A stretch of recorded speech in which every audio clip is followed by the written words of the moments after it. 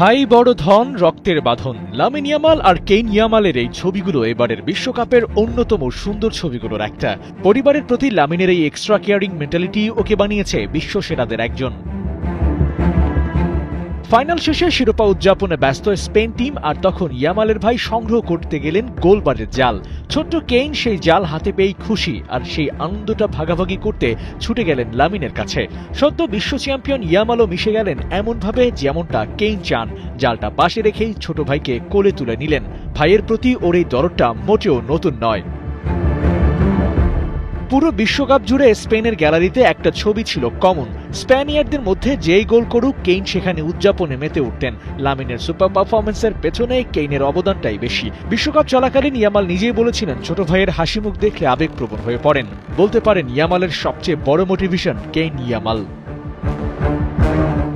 ক্যামেরার সামনে দুই ভাইয়ের খুনসুটি তো সবসময় দেখা যায়, কিন্তু এর পেছনে আছে দারুণ গল্প।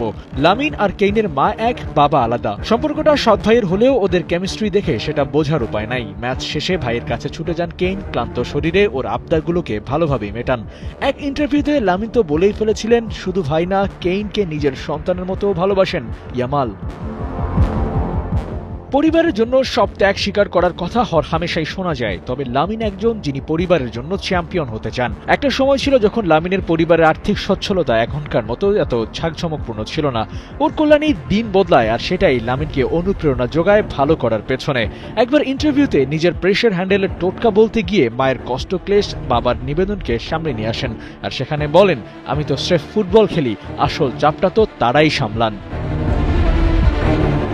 লামিন সব পারেন, বিশ্বকাপ জেতেন, ভাইয়ের সাথে খুনসুটিতে মাতেন। ওর এই ফ্যামিলি ম্যান হতে পারার এই বিশেষ গুণটি বোধহয় ওকে নিয়ে যাবে অনন্য উচ্চতায়। আবু নাইম, ৭১।